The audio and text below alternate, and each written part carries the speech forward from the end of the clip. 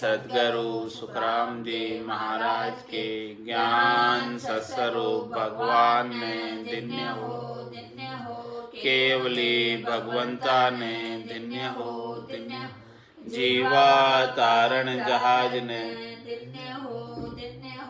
मोक्ष के मालिका ने, कोटि संताने धन्य हो, धन्य हो।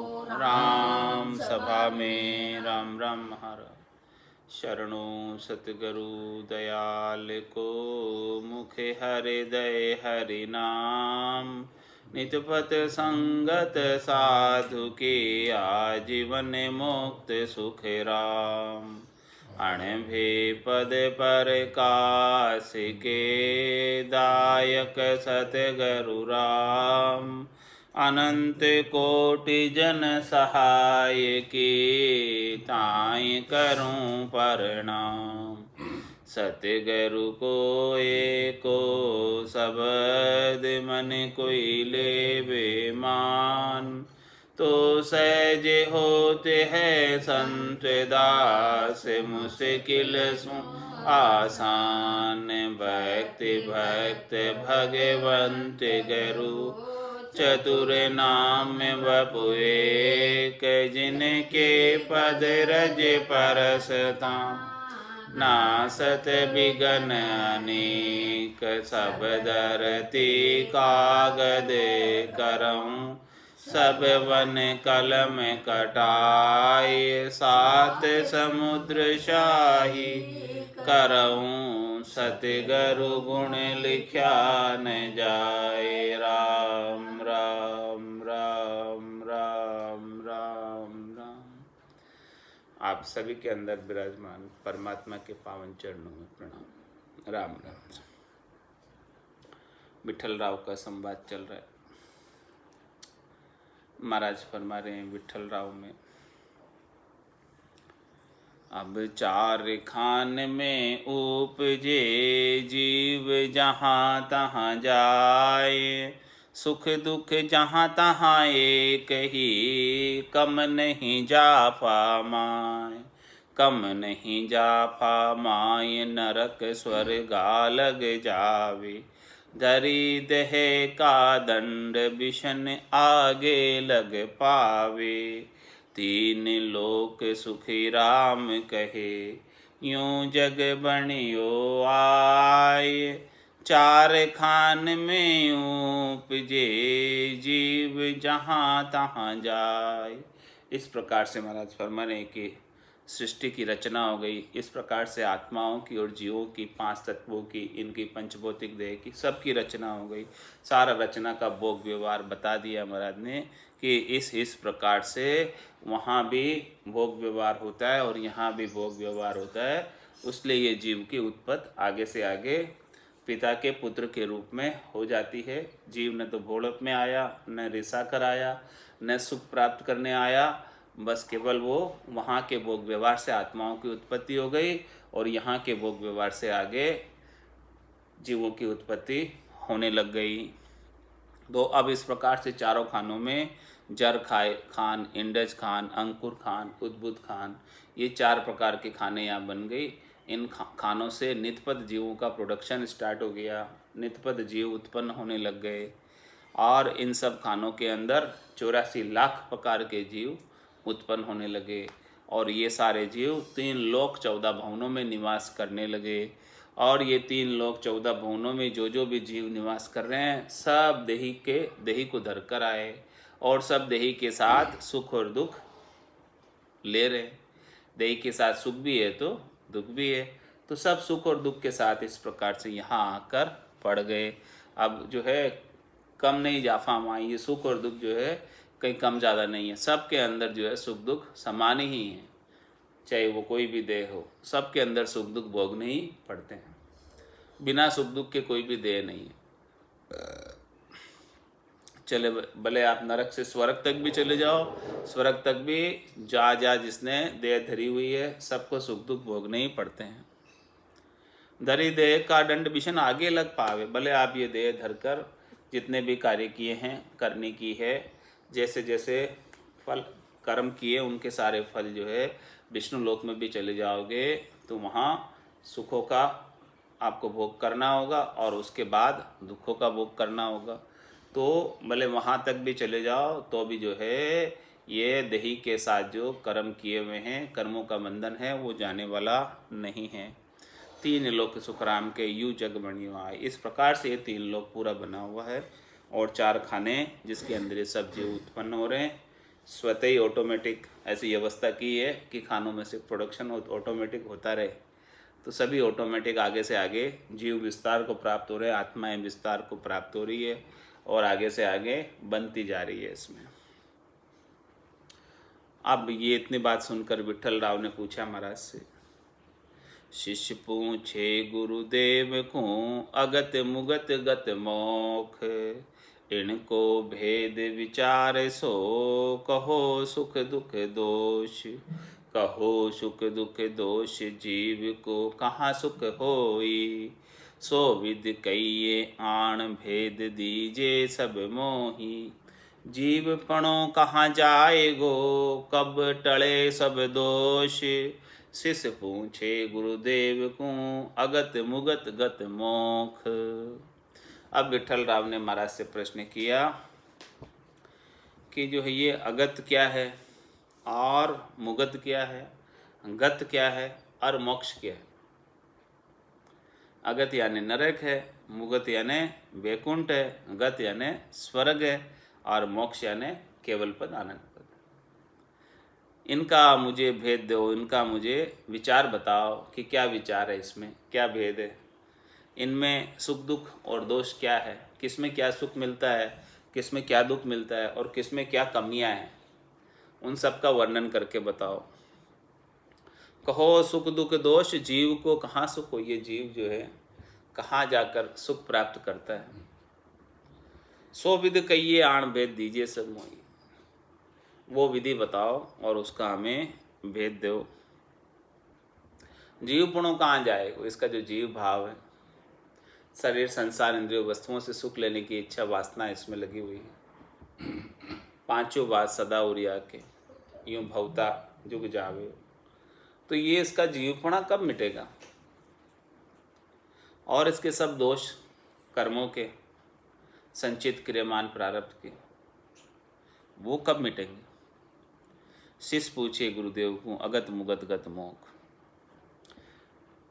तो महाराज उसका उत्तर दे रहे है, शिष्य अगत मुगत और गत लग सुख दुख तीनों जाग, उलट मोख लग पहुँच सी जब जासी दुख त्याग, जब जासी दुख त्याग फेर पाछो नहीं आवे, पार ब्रह्म के माये ओ जीव जाय समावे, वहाँ सुन सुख की जाग है जहाँ नहीं जम की लाग, अगत मुगत और गत लग सुख दुख तीनों जाग। हे शिष्य, नरक में, वैकुंठ में और स्वर्ग में तीनों जगह सुख दुख है। अगत मुगत और गत लग सुख दुख तीनों जाग, तीनों जगह सुख दुख है। और उलट मोक्ष लग पहुँची तब जासी दुख त्याग, तू चाहता है कि सारे दुख समाप्त हो जाए तो वो तो मोक्ष में जाने के बाद ही खत्म होंगे, निर्वाण पद प्राप्त करने पर ही खत्म होंगे, इसके बिना तो मिटने वाले नहीं। जो सद्गुरु विधि से भजन करके बंकनाल में उलटकर मोक्ष में पहुंचेगा तब सब दुखों से छुटकारा प्राप्त होगा, और जन्म मरण में नहीं आएगा तभी सब सुख दुख दूर होंगे। जब तक जन्म मरण में आ रहा जा रहा है तब तक तो देही के दंड तो भुगतने पड़ेंगे, देही के दुख तो भुगतने पड़ेंगे, देही के साथ सब सुख और दुख सब लगे हुए, उन सब को भुगतना पड़ेगा। और पार ब्रह्म के मायो जीव जाए समाए, जा बिछड़ा जा जाए समाया, माया कि जो है अनंत जन्म को बिछड़े जो जीव है कोई यार पीवसु मेला, वो पति स्वरूप परमात्मा में जाकर मिलेगा, वहाँ सुन सुख की जाग, वहाँ बस केवल आनंद ही आनंद है, आनंद के सिवाय और कुछ भी नहीं। वहाँ दुख का लेश मात्र भी प्रवेश नहीं है, वहाँ सुन सुख की जाग, जो सुख चाहे तू सदा, तो शरण राम की ले के नानक मेरे मना ये दुर्लभ मानुष। सुख का सागर राम है, दुख का भंजनहार। राम चरण तजिए नहीं और बजिए बारंबार। इस प्रकार से महाराज फरमा रहे हैं कि वो सुख की जगह को प्राप्त कर ले। वो शाश्वत सुख है, वो शाश्वत आनंद है। ऐसे शाश्वत सुख की जगह, शाश्वत आनंद की जगह को तू प्राप्त नहीं करेगा तो फिर बार बार देही धर कर आएगा और दुख और सुख में पड़ेगा। सुख जहाँ दुख, दिवस जहाँ रजनी, जहाँ जन्म जहाँ मरना। ज्ञान विचार गुरा का देखो, काल फांस क्यों पड़ना। तो महाराज फरमा रहे हैं कि वो सुन सुख की जागे, जहाँ नहीं जम की लाग। वहाँ पर जम का प्रवेश नहीं है और वहाँ पर कोई कर्मों का प्रवेश नहीं, वहाँ पर कोई माया का प्रवेश नहीं है। वहाँ न तो माया जाती है, न किसी भी प्रकार के कर्म जाते हैं, और नहीं किसी भी प्रकार को कर्मों को भुगताने वाला जमराज जाता है वहाँ पर। वहाँ इन सब की प्रवेश वर्जित है, वहाँ पर कोई जाते ही नहीं, जा ही नहीं पाते वहाँ पर उस देश में। तो उस देश में चला जा जहाँ ये कोई नहीं है, तो वहाँ फिर तेरे को जो है कोई दंड नहीं भुगतना पड़ेगा, कोई कर्मों का फल नहीं भुगतना पड़ेगा, और वहाँ कोई कर्म है भी नहीं। सारे कर्म जो है यहीं निपटा कर नक्की चक्की करके ही वहाँ जाएगा। सब हिसाब किताब यहीं निपटा कर उस देश में जाएगा। बाकी तो जब तक ये सब हिसाब किताब ऐसे निपटे नहीं, अगत मुगत और गत लग, सुख दुख तीनों जा, तीनों ही जगह जो है, चाहे अगत में जा नरक में जा, चाहे मुगत में जा बैकुंठ में जा, चाहे गत में जा स्वर्ग में जा, सभी जगह सुख दुख है बने हुए, वो जाते नहीं। पार ब्रह्म में हंस मिले, से जन में नहीं कोई। यूं सब कहे गुरुदेव जी, मेरे सांसो होय। मेरे सांसो होय आदियो कहाँ सुआयो। ओ इज ब्रह्म कन और ज्ञान में जहाँ तहाँ गायो। पहले कहो कि मैं आवियो, सो विद कहिए मोय। पार ब्रह्म में हंस मिले, जे जन में नहीं कोई। महाराज ने फरमाया है कि जो है हंस पार ब्रह्म में मिल जाता है तो वो वापस जन्म मरण भी नहीं आता। यूं सब कहे गुरुदेव जी मेरे सांस हो। इस प्रकार से सब कहते हैं ज्ञान में भी कि जो मोक्ष में चला जाता है वो वापस नहीं आता, लेकिन मेरे सांसा है, यानी मेरे को संशय है इस बात में कि मेरे सांस हो आदि कहाँ से, अनादिकाल से कहाँ से आया। ये जो प्रारंभ में जीव आया वो कहाँ से आया, क्या ये पार ब्रह्म से नहीं आया। वही जो ब्रह्म का ज्ञान में जहाँ था, ये वही ब्रह्म क्या जो ज्ञान में गाया हुआ जहाँ से जीव आया है और वापस वहीं जाता है क्या। तो पहले कहो कि महावीर शोभित कही, वो किस प्रकार से आया पहले और वापस वहीं जा रहा है, तो वापस क्यों नहीं आएगा। ज्ञान में ऐसा ही गाया, तो उसका मुझे कारण बताओ कि जब वो सृष्टिकर्ता परमात्मा के पद तक पहुंच जाता तो उसे ही ज्ञान में मोक्ष मानते ज्ञानी लोग। लेकिन मुझे महाराज वो कह रहे विठल राव कि मुझे इसमें संशय है, क्योंकि वो जो पहले भी आया है सृष्टिकर्ता परमात्मा के पद से, तो अब वापस क्यों नहीं आएगा। महाराज इस बात का उत्तर देते हैं सुखोवाच में। पार ब्रह्म लग जीव की आदु उत्पत होय। पार ब्रह्म जहाँ आनंद है, उपजे खपे नहीं कोई। उपजे खपे नहीं कोई, सदा थिर रहे यह दोई। मतलब वो पार ब्रह्म परमात्मा के दो पद, एक तो कर्ता पद है और दूसरा अकर्ता पद। जो अकर्ता पद है वो आनंद ब्रह्म है, उस आनंद ब्रह्म तक कोई पहुंच जाता तो वो नहीं आता। बाकी सृष्टिकर्ता परमात्मा के पद तक जो पहुंचेगा उसे तो वापस आना है। तो ज्ञानी जो बताते हैं वो पार ब्रह्म का कर्ता का पद की बात करते हैं, तो कर्ता पद तक तो जीव जाएगा तो वापस आएगा, ये बात इसमें सही है। जो अकर्ता में जाकर समा जाएगा, जहाँ आनंद पद में समा जाएगा, वो नहीं आएगा, वो वहाँ जाकर स्थिर हो जाएगा और उसकी उपज खपज फिर नहीं होगी। पार ब्रह्म और आनंद भेद यारो कहूँ तो ही। आनंद मिल्या नहीं बावड़े, है शिष्य कहूँ मैं तोई। पार ब्रह्म लग जीव की आदु उत्पत होय। इसलिए महाराज फरमा रहे कि मैं दोनों का आपको भेद बताता हूँ, कर्ता पद और अकर्ता पद का। पार ब्रह्म का पद सृष्टिकर्ता परमात्मा का पद और अकर्ता आनंद पद, या का भेद बिल्कुल अलग अलग है। इन दोनों का भेद समझ, जो आनंद में मिल जाएगा, आनंद पद में मिल जाएगा, वो नहीं बावड़ेगा। बाकी तो पार ब्रह्म लग जीव की आदि उत्पत्ति हुई, ये तो पहले भी आया माँ से, तो फिर भी आएगा, पार ब्रह्म तक जाएगा तो। पार ब्रह्म को लोक है ईशो शिव को होय, चिदानंद को लोक है जिसो जीव को जोय, जिसो जीव को जोय चार ए लोक कहावे, ता आगे आनंद वार कोई पार न पावे, सुख राम कहे शिष्य सांभलो, आगत जो वहाँ जा जोय, पार ब्रह्म को लोक है ईशो शिव को होय। महाराज फरमाने कि जैसा पार ब्रह्म का लोक है सृष्टिकर्ता परमात्मा का, वैसा ही शिव ब्रह्म का लोक है, और जैसा शिव ब्रह्म का लोक है वैसा ही चिदानंद ब्रह्म का लोक है, और जैसा चिदानंद ब्रह्म का लोक है वैसा ही जीव ब्रह्म का लोक है। तो ये चारों ही लोक है, देखो, पार ब्रह्म, शिव ब्रह्म, चिदानंद ब्रह्म और जीव ब्रह्म। और इन चारों लोकों से अलग न्यारा, ता आगे आनंद वार कोई पार न, इससे अलग है वो पांचवा ब्रह्म है, उसका कोई वार पार नहीं है। जीव ब्रह्म से ऊपर, चिदानंद ब्रह्म से ऊपर, शिव ब्रह्म से ऊपर, पार ब्रह्म से ऊपर आनंद ब्रह्म है, उसका कोई वार पार नहीं, वो अपार है, उस पद को प्राप्त करना। सुख राम कहे शिष्य सांभलो, जा आगत जो वहाँ जोय, वह उस इस गति को देखो, इसको देखो कि वो आनंद ब्रह्म के पद को कैसे प्राप्त किया जाए। बाकी तो पार ब्रह्म को लोक है ईशो शिव को होय, वो तो वैसे ही लोक है सब, बाकी तो चार तो ऐसे ही है। पांचवें में जब तक नहीं जाएगा तब तक नहीं न काम बनने वाला।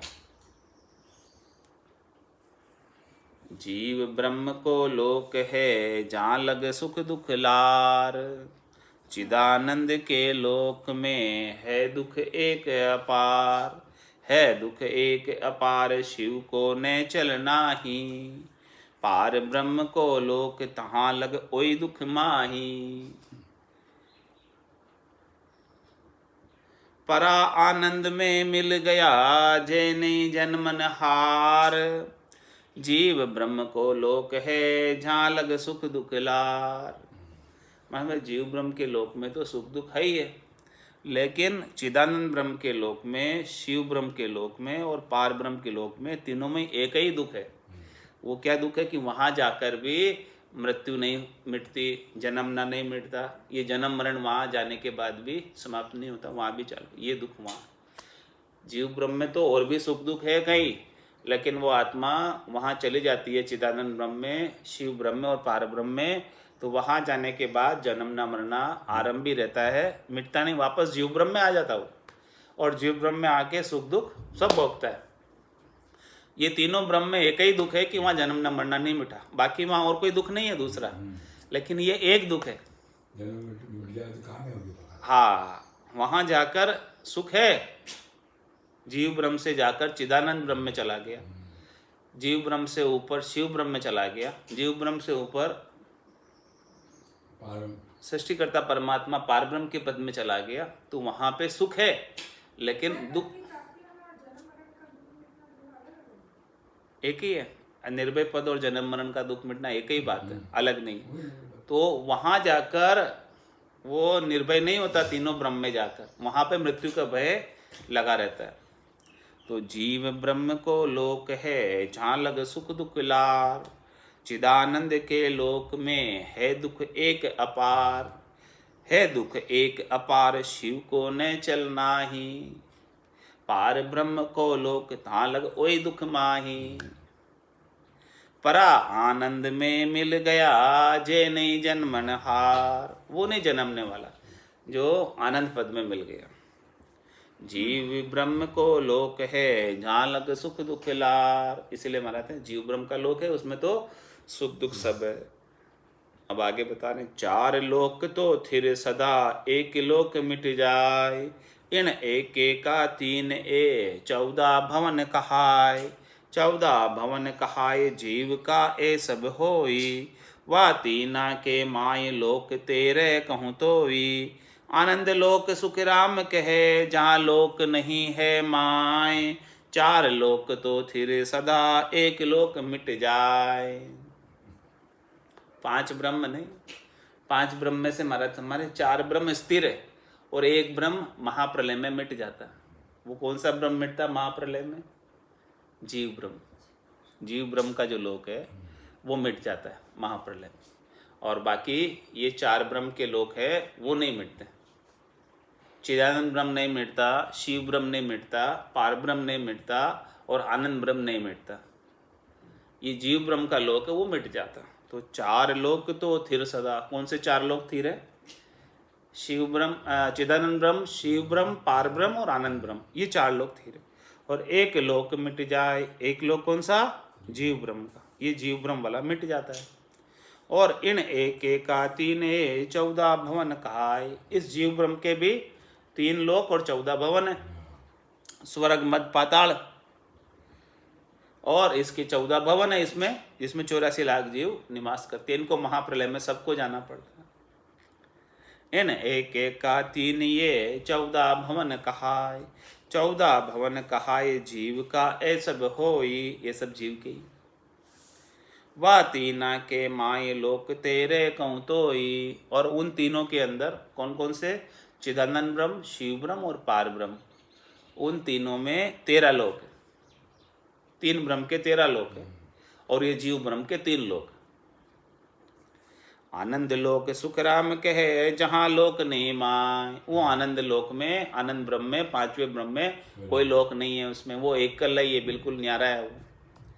4 लोक तो थिर सदा, एक लोक मिट जाए। ये 4 लोक स्थिर है और एक लोक मिट जाता है। 3 ब्रह्म के लोक सु, आनंद लोक नहीं जाए। जीव ब्रह्म के लोक सु, उलट मिले तामाय।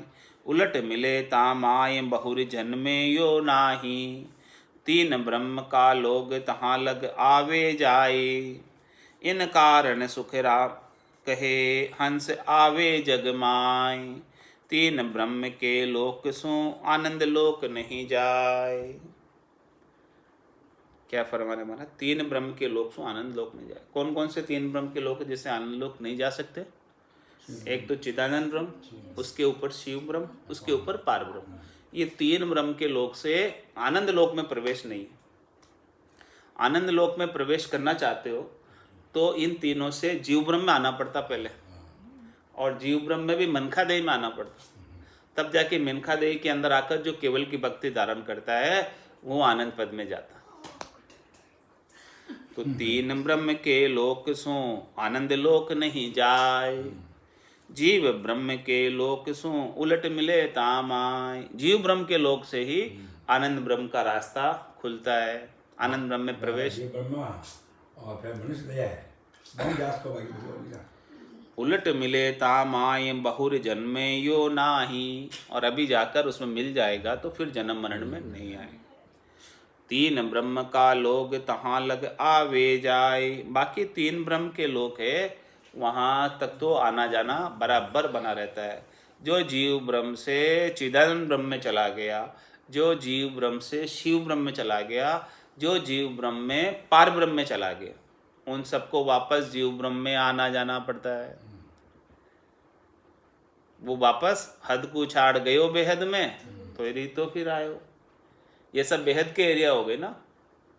चिदानंद ब्रह्म भी बेहद में हो गया, और शिव ब्रह्म भी बेहद में हो गया, और पार ब्रह्म भी बेहद के एरिया में हो गया। हद क्या हो गई? ये 3 लोक के, ये 3 लोक और 14 भवन, ये हद हो गई। यहाँ तक की हद हो गई। ये सब माया के हो गए, और वो सब जो है पिता के देश हो गए सब। वो ब्रह्म, हाँ हाँ, चिदानंद ब्रह्म, शिव ब्रह्म, पार ब्रह्म, ये 3 ब्रह्म के 13 लोग जो है वो सब पिता के देश हो गए। और बाकी ये सब जो है जीव ब्रह्म के 3 लोग, स्वर्ग मध्य पाताल और इसके 14 भवन, ये सब माता के देश हो गए। ये सब माया हो गई, और वो सब, ये माया इसलिए मिट जाता है, और वो ब्रह्म है इसलिए वो नहीं मिटता। तो ये माया सब महाप्रलय में मिट जाती है। और लेकिन इस माया से ही जा सकते, माया का शरीर से ही उधर जा सकते, इसके बिना नहीं जा सकते। इसमें आए बिना वहां नहीं जा सकते। मनुष्य जन्म में आएगा, देह धरेगा, तब वहां जाएगा। तुम्हारा है 3 ब्रह्म का लोग तहाँ लग आवे जाए। इसलिए 3 ब्रह्म के लोग तक जो कोई जाता है तो वापस वो जीव ब्रह्म में आता है। इन कारण सुखराम के हंस आवे जग माए। इसीलिए महाराज हमारे वो हंस जो है इस संसार के अंदर जन्म धर के आता है, जीव ब्रह्म में आता है। और तीन ब्रह्म के लोक सो आनंद लोक नहीं जाए, उनसे आनंद लोक में नहीं जा सकता। और जीव ब्रह्म में फिर जन्म धरता है, और जीव ब्रह्म में फिर जन्म धर के और फिर जब केवल की भक्ति करता है तब वहाँ जाता है। माँ का पेट में जनाएंगे जाए जनाएंगे। हाँ, तो इसीलिए माँ का टाण पड़ी। हाँ, लेकिन यहाँ आकर भी उसको ये ज्ञान नहीं मिले। मृत्यु लोक होता नरदेही राम नाम नहीं संचा, जब तक व्रत यज्ञ किया आदि और स्वर्ग लोक सुख बंचा, तो स्वर्ग का लोक मिल जाएगा। फिर वापस वहाँ से आएगा, वहाँ जाकर क्या कहेगा, हो प्रभु मानव तन दीजिए भरत खंड के माए, केवल भक्ति करा संत सेवा और करा कछु नाई। क्योंकि वहाँ से नहीं जा सकता, न तो वो अगत से जा सकता, न वो गत से जा सकता, न वो मुगत से जा सकता, उसे वापस यहीं आना पड़ता है। तो इस प्रकार से सारा महाराज ने विठल राव को समझाया। अब फिर विठल राव पूछता है आगे प्रश्न, विठल राव अब या कही उलट मिले किम जाए, हंस आवण की रीत सो सब ही कही बजाए, सब ही कही बजाए दया कर अब या कहिए, अमर लोक किम जाए शब्द सुख कैसे लइए, सो विद भिन्न भिन्न तार कर भेद गुंज कहो आए, विठल राव अब या कही उलट मिले किम जाए। अब इतनी बात सुन ली तब विठल राव ने सोचा कि देखो मैं भी जीव ब्रह्म हूँ और मैं भी मिनका देवी हूँ। हाँ, तो अभी अवसर है, अभी आप बता दो मुझे कि वो अमरलोक में कैसे जाऊंगा, वो बता दो आप तो।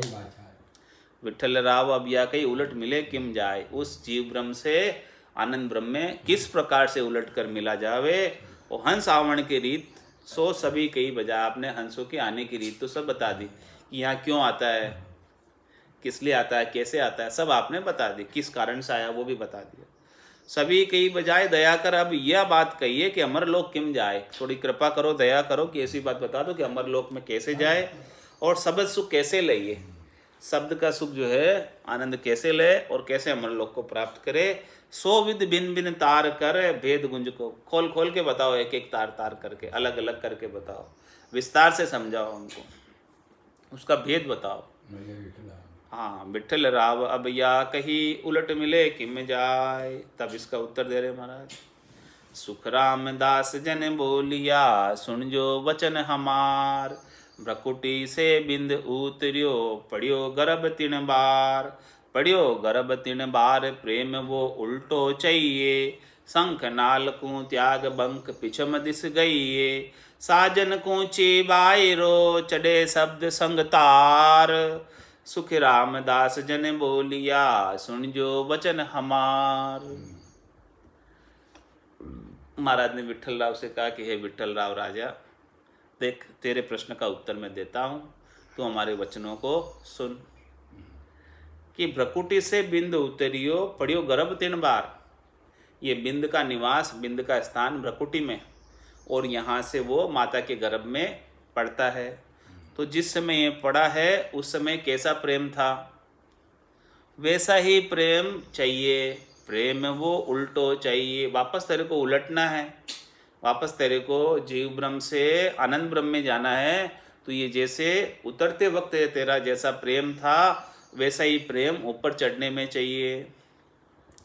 तो शंखनाल को त्याग बंक पिछ मदिस गई, ये शंखनाल को छोड़ के और बंकनाल के अंदर प्रवेश करेगा। ये भ्रकुटी से बिंद शंखनाल से उतरा और अब ये शंखनाल से उतरकर और बंकनाल के अंदर चढ़ेगा, तब जाके ये आनंद ब्रह्म में जाएगा।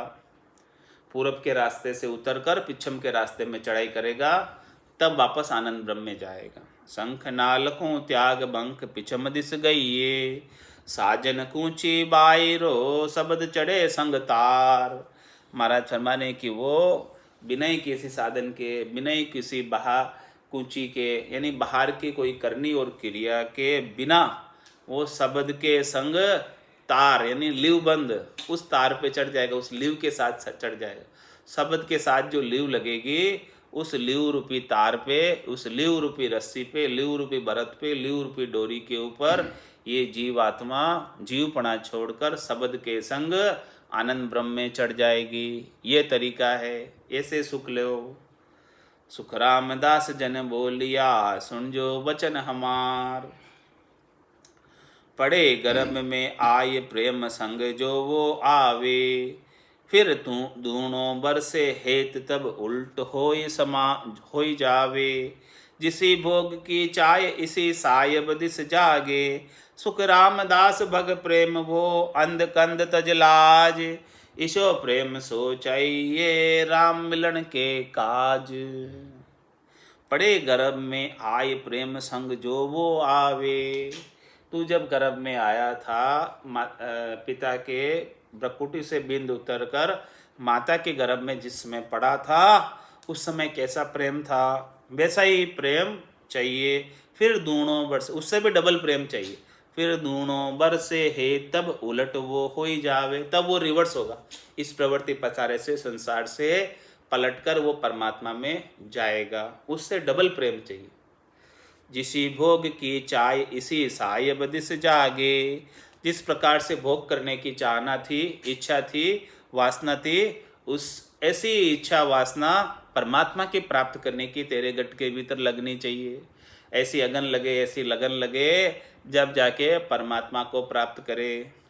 सुख रामदास भग प्रेम वे अंधकंद तजलाज।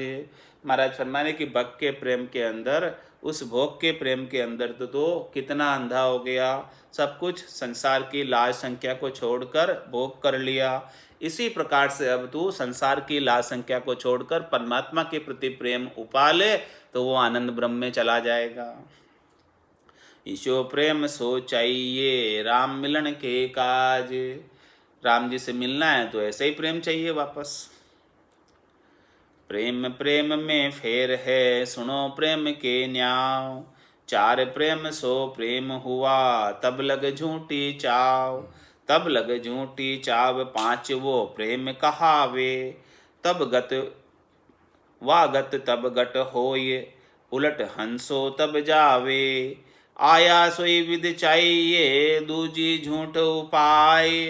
प्रेम प्रेम में फेर है, सुनो प्रेम के न्याव। महाराज में प्रेम प्रेम में भी फेर है। प्रेम, पांचवा प्रेम चाहिए।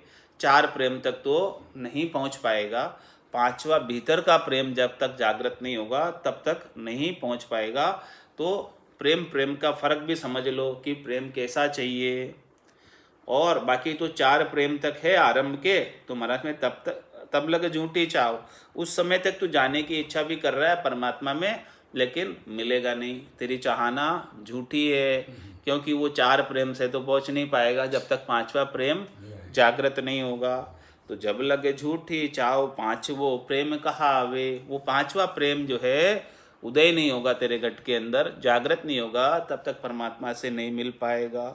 वाह गत तब गट होय, उलट हंसो तब जावे। वो पांचवा प्रेम जैसे ही जागृत हो जाएगा और उसकी रीत तेरे घट में बन जाएगी, तो वो निश्चित रूप से उलटकर परमात्मा में मिल जाएगा। आया सोई विध चाहिए, दूजी जी झूठ उपाय। जो आया वही विध चाहिए जाने के लिए भी, बाकी दूसरे उपाय सब झूठे हैं, दूसरी करनी क्रियाएं सब झूठी हैं।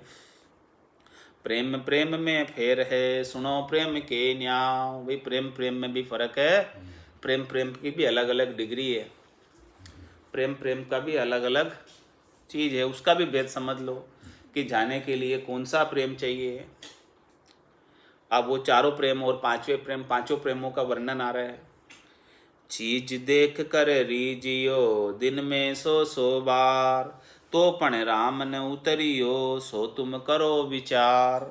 सो तुम करो विचार, जीभ चाख्या नहीं आवे। सुन सुन फूले बहुत काम का, मरम न पावे। बासा सु नहीं उतरिया, नहीं गर्भ के प्यार। चीज देख कर रीजियो, दिन में सो बार। चीज को देखकर दिन में सौ बार प्रसन्न होता है तो भी बिंद नहीं उतरता। इसका विचार करो। माना तरमाना की देख लिया, लेकिन देखने से तो काम होने वाला नहीं। देखिए सुनिए गुनिए मन माही, मोह मूल परमारथ नाई। काली देखने का प्रेम है, केवल सुनने का प्रेम है, यानी ये तो इंद्रियों का है, ऊपर ऊपर का है, तो देखने से काम बनने वाला नहीं। देख भले तू 100 बार ले, लेकिन वो जो है प्रेम असली नहीं है, वो तो ऊपर का प्रेम है। देखने का प्रेम तो आंखों का प्रेम है, दर्शन करने का प्रेम तो आंखों का प्रेम है। आंखों के प्रेम से राम जी मिलने वाले नहीं हैं। भले 100 बार तू दर्शन कर ले आंखों से, चरम चक्षुओं से, वो प्रेम नहीं उतरेगा। चीज देख कर रीजियो दिन में 100 बार, भले तू कितना राजी हो जा देख कर, देखने से वो बिंद उतरने वाला नहीं है ब्रकुटी से। तो पण राम न उतरियो सो तुम करो विचार, सो तुम करो विचार जीभ चाख्या नहीं आवे। और भले आप जीभ से चाख लो तो भी नहीं उतरे, एक तो देखने से और दूसरा मुंह से, जीभ से भी नहीं उतरे। जीभ जीभ चाख्या नहीं आवे, जीभ से चाख लो तो भी नहीं आवे। और सुन सुन फूले बहुत काम का मरम न पावे, और सुन सुन कर बहुत फूलता है तो भी बिंद जगह नहीं छोड़ता है, वो भी नहीं उतरता है। महाराज में बासासु नहीं उतरिया नहीं गर्भ के प्यार, तब तक तो वो गर्भ में नहीं आएगा। केवल देख लेने मात्र से, या केवल चुंबन कर लेने मात्र से, या केवल उनकी बातें सुनकर वो नहीं उतरता है बिंद, और माता के गर्भ में नहीं आता है। इसी प्रकार से ये 3 प्रकार के प्रेम हो गए, देखने का और चखने का और बात सुनने का, यानी देखने का, मुंह का और कान का, ये सब रस हो गए। इन सब रसों से काम चलने वाला नहीं है। ये भले आप दिन में 100 बार कर लो, इंद्रियोतीत जब तक चीज नहीं मिलेगी तब तक काम होने वाला नहीं है। अब आगे महाराज बता रहे, एक भग रस रीत की सुनिया जागे काम, महरी बदन विचार गट चंचल हुए सब धाम, चंचल हुए सब धाम मथन से ब्रकुटी छाड़े। ओ सुन जो शुद्ध प्रेम शिष्य सतगुरु में गाड़े, विठल राव सुखी राम कहे उलट चढ़े यूं राम, एक भग रस रीत की सुनिया जागे काम। महाराज फरमाने की जब ये भग रस की रीत सुनकर इच्छा जागृत होती है और मैरी के शरीर का गट में विचार आता है तो सारे शरीर में चंचलता आ जाती है, परंतु मंथन से ब्रकुटी छोड़ता है। ये 5वां प्रेम है मंथन। बिना मंथन के वो ब्रकुटी नहीं छोड़ता। खाली देखने से या जीभ से चाखने से या बातें करने से या विचार करने से इन सब से काम नहीं होता। जब तक मंथन नहीं होता लिंग और भग का, तब तक वो बिंद नहीं उतरता। इसी प्रकार से महाराज फरमाने हैं कि इस रकार और मकार का कागल्यो लिंग असल है, रसना सो भगोय। यहाँ पर ऐसा भजन का रीत नहीं बनती है, मंथन नहीं होता है श्वास और उश्वास के अंदर रकार मकार का इस जोड़े से, तो महाराज फरमाने वो चीज नहीं बनती है, और चीज नहीं बनती है तो परमात्मा पद प्राप्त नहीं होता है। इस सारा संसार का दृष्टांत देके महाराज ने समझाया कि 5वां प्रेम मंथन है। ये मंथन से ही काम बनेगा, इसके बिना काम बनने वाला नहीं है। तो महाराज में एक भग रस रीत की सुनिया जागे काम, इस प्रकार से महाराज फरमाने हैं कि वो भग रस रीत सुनेगा तो उसके लिए काम जागेगा। तो ये रस रीत कौन सुना रहे हैं? ये सत्संग चर्चा, ये संतों का ज्ञान। इस प्रकार से सत्संग में बैठेंगे तो ऐसे रस की रीत बताएंगे अपने को कि देखो ऐसा आनंद प्राप्त होता है। ये रस रीत सुनेंगे तो काम जागृत होगा। हाँ, मन बैणी, और मन बैणी तो काम बैणी। ये रस रीत नहीं सुनेंगे, व्यवहार काल के सत्संग को नहीं सुनेंगे तो काम जागृत नहीं होगा परमात्मा में मिलने का। परमात्मा में मिलने की इच्छा तब बनती है, प्रेरणा तब मिलती है जब ऐसे भग रस की रीत सुनते हैं। भग रस की रीत सुनते हैं तब जाके महाराज फरमाने कि ऐसा ज्ञान श्रवण करने को प्राप्त होवे, तब जाके काम जाएगे। और फिर मैरी बदन विचार गट चंचल हुए सब ध्यान धाम। फिर इस प्रकार से महाराज फरमाने कि ये ज्ञान सुना तो गट के अंदर चंचलता आ जाती है। किस प्रकार से आती है? जिस प्रकार से कोई रस रीत की बात बताता है स्त्री की, महरी बदन विचार गट, महरी के बदन की कोई बात बताए, महरी के बदन की कोई चर्चा करे, तो चंचल हुए सब धाम, उसके जो है अंदर गट के भीतर चंचलता आ जाती है उससे मिलने की। इसी प्रकार से महाराज फरमा रहे हैं कि यहाँ ऐसा रसरीत का सत्संग चर्चा होती, तो ऐसे ज्ञान का श्रवण करने से परमात्मा में मिलने की चंचलता गट में जागृत हो जाती, फिर मन थिर नहीं रहता, फिर मन वो काम करने में लग जाता। जिस प्रकार से स्त्री का संग करने में मन लग जाता, स्त्री के रसरीत की बात करते, तो इसी प्रकार से महाराज फरमा रहे कि सत्संग की बात करते तो परमात्मा में मिलने का मन बन जाता। चंचल हुए सब धाम, फिर मथन से ब्रकुटी छाड़े। फिर अल्टीमेट काम तो मथन से होगा, मथन के बिना नहीं होगा। ऐसे तो ये सत्संग सुन के तो रस रीत की आपके वो बना, भाव बना, मन बना, विचार बना ऐसा, लेकिन फिर अल्टीमेटली तो मथन करोगे तब वो ब्रकुटी से बिंद उतर कर माता के गर्भ में आएगा। इसी प्रकार से ये यहाँ पर कागल्यो लिंग असल रसना सोभग होय और ररो ममोरट जीव सु धरे बीच में आण तबे नेंचर जागे। इस प्रकार से यहाँ मंथन करोगे, रकार और मकार का श्वास उश्वास में कागल्या और रसना के साथ, तो ये मंथन से जो है, मंथन से ब्रकुटी छाड़े, इसी प्रकार से मंथन से जो निज नाम आकर प्रकट हो जाएगा और वही लेकर जाएगा।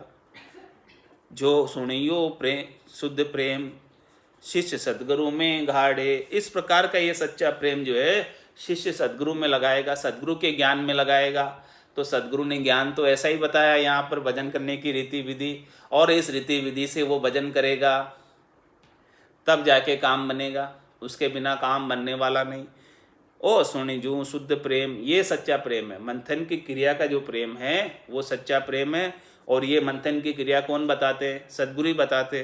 तो शिष्य सदगुरु में गाढ़े, वो शिष्य सदगुरु में ऐसा प्रेम उपाएगा उनके ज्ञान के प्रति, सदगुरु के प्रति, तब जाके ये रीत बनेगी उसके गट में, इसके बिना नहीं बनने वाली। बिठल राव सुख राम के उलट चढ़े वो यूं राम। इस प्रकार से जैसे वो उलट कर आया गर्भ में, इसी प्रकार से ये वापस संसार से उलट कर राम जी को प्राप्त कर लेगा। एक भगरस रीत की सुनिया जागे काम। इस प्रकार से भगरस की रीत सुनकर काम जागृत होता है, उसी प्रकार से सत्संग सुनने से राम जागृत होता है। विठल राव अब कहत है सो परसंग सत होय, यहाँ मेरी भग मथन है सो जाने सब कोई। सो जाने सब कोई भेद उल्टन को दीजे, कौन रीत लिंग भग मंथन कैसे विद कीजे। तार तार विद छाण के कहो तीन विद मोय, विठल राव अब कहते ओ प्रसंग सत होय। विठल राव ने कहा कि हाँ ये बात तो सत है, आपने संसार की दृष्टांत बताया, ये तो हम सब जानते हैं, लेकिन अब इसको हम जो है भजन में कैसे इम्प्लीमेंट करें वो बात बताओ। ये आप दृष्टांत दिया संसार का, ये भजन के अंदर कैसे कैसे, कौन तो इसमें मैरी है और कौन इसमें भग है और कौन इसमें लिंग है, और इसका मंथन हम कैसे करें, ये सब का भेद आप हमें खोल खोल कर बताओ, भजन की विधि पूरी बताओ। इस प्रकार से विधि बताओगे तब हम भी इस प्रकार का मंथन करके और आनंद ब्रह्म में मिल जाएं, अमरलोक में मिल जाएं। तो महाराज जब सुखवाच में ये सारी विधि बता रहे हैं भजन की। बंक नाल सो नार है रसना सो भग होय, ममंकार सो प्रेम है ररंकार लिंग जोय।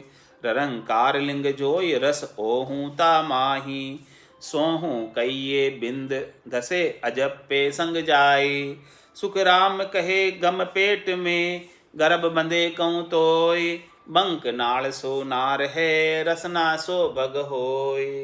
महाराज स्वामी बंकनाल स्त्री है और रसना बग है, और ममंकार ही प्रेम है,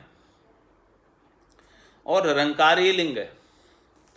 उसमें ओहु यानी श्वास के साथ भजन करना रस है, और सोहू यानी उसास के साथ भजन होना बिंद है। इस तरह भजन करने से कंठ कमल पर शब्द की जागृति होना ही तथा शब्द के साथ आगे बढ़ना ही अजब पे संग धसना व पेट में गर्भ बंधना है। जैसे वो जागृत हो जाएगा तो वो बालक आ जाएगा, तो पेट में गर्भ बंध गया निज नाम जागृत होते ही। ये सारे विधि जो महाराज ने भजन में बता दी कि ये भजन के अंदर ऐसी ऐसी सारे स्थान हैं, ऐसे ऐसी चीज़ें हैं जिनका आपको उपयोग इस भजन के लिए करना है। एक पहर में जाग कर चेतन हुए तन माय, जे मंथन ओ कीजिए प्रेम दसे उर्माय।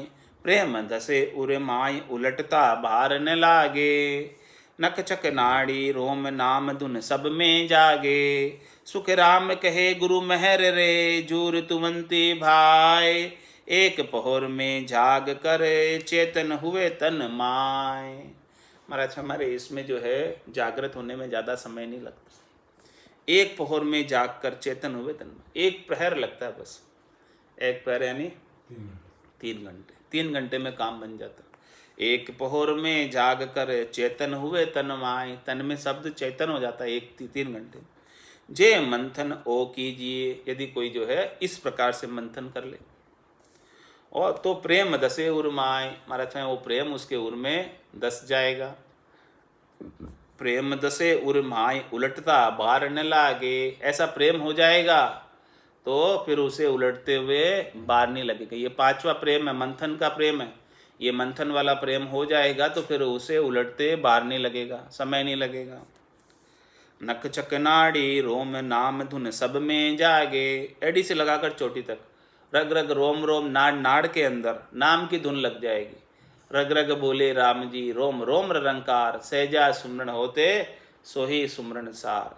रोम रोम से होई रही रंकार जुनकार, निस्वासर आठोई पहर रामचरण कसार। उठत बैठत जागता सूताई सिमरण होय, रामचरण रंकार धुनी बायर लखे न कोई। इस प्रकार से नाम धुन सब में जागे, सबके अंदर वो नाम धुन जागृत हो जाती है। 900 नाड़ियों में मंगल गान होने लगता है। 900 नाड़ी मंगल गावे, तामन भौरा अति सुख पावे। जाग्यो नाम तंत्र हरियो, जत तद केवल पासी। लाखा गुना खून पड़ जावे तोई, मिनखा दे तो आसी। जात जात आनंद गर जासी, आगे पीछे सोई। मिनखा दे बिन और दहेरे, यो हंस धरे नहीं कोई। तो नख चक नाड़ी रोम नाम धुन सब में जागे, सुख राम कहे गुरु मेहर रे, जूर तुवंती भाई। महाराज हमारे कि सदगुरु की मेहर होती है किस प्रकार से, जैसे आपकी भावट ऋतुवंती स्त्री की तरह होनी चाहिए। जैसे ऋतुवंती स्त्री होती है तो उसे पति से मिलने की इच्छा होती है, ऐसी भावट होती है, इच्छा होती है, तो आपके अंदर भी ऋतुवंती की तरह लगन होनी चाहिए, चेष्टा होनी चाहिए, और ऐसे सदगुरु की मेहर होनी चाहिए। तो वो सदगुरु की मेहर उसके ऊपर तुरंत हो जाती है। यदि आपके अंदर परमात्मा में मिलने की भावट है, इच्छा है, चाहना है, तो आपके ऊपर मेहर तुरंत हो जाती है, उसमें देर नहीं लगती है। एक पहर में जाग कर चेतन हुए तन माय, केवल एक पहर लगता है, उसमें जाग कर चेतन हो जाती है। अब महाराज फरमाने की ये कैसे चेतन होती है। कागल्यो लिंग असल है, रसना सो भग होय। ओहू सोहू प्रेम रस, चेतन नर कऊँ तोय। चेतन नर कऊँ तोय, ररो जीव कुआवे। सोहम कहिए बिंद ममो अंछर अंश ल्यावे। सुख राम जपे संग दसे, गम पेट कहूँ तोय। कागल्यो लिंग असल है, रसना सो भग होय। ये शरीर में जो कागल्य है वो असली लिंग है परमात्मा प्राप्ति के लिए, और रसना है जो भग है। इन कागल्य का रसना के साथ मंथन करो सुमरण करने के लिए, और सांस उसास यानी ओं सौ में प्रेम से भजन करो, ये इसमें बहुत रस बनेगा, ये रस रीत आएगी आपके गट में, तो इस प्रकार से चेतनता जागृत हो जाएगी। वही नर है और रकार जीव है, और उसास यानी सौ बिंद है, और मकार अंचर के साथ रटने से अजप्पा यानी शब्द जागृत होकर आगे बढ़ जाता। ये रकार मकार का इस प्रकार से श्वास और उसास के अंदर कागल्य और रसना के साथ सुमरण करो, ये ओहू सोहू। इस प्रकार से कोई जो है करे तो वो शब्द जागृत होकर चेतन होकर आगे बढ़ जाता है। इन मंथन से उतरे पार ब्रह्म को नाम, ने अंचर आकार बिन सो आवे गट गाँव। सो आवे गट गाँव जीव का सब फंद काटे, पिछम गेल होई पीठ चले अगम की बाटे। जब पहुँचे सुख राम कहे पार ब्रह्म के धाम, इन मंथन से उतरे पार ब्रह्म को नाम। महाराज भाई वो परमात्मा का नाम इस प्रकार से मंथन करने से उतरता है।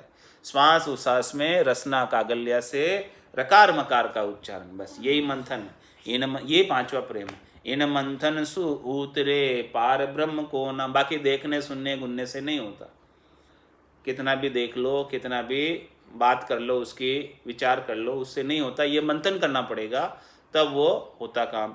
इन मंथन से उतरे पार ब्रह्म को नाम, ने अंचर आकार बिन सो आवे घट गाँव।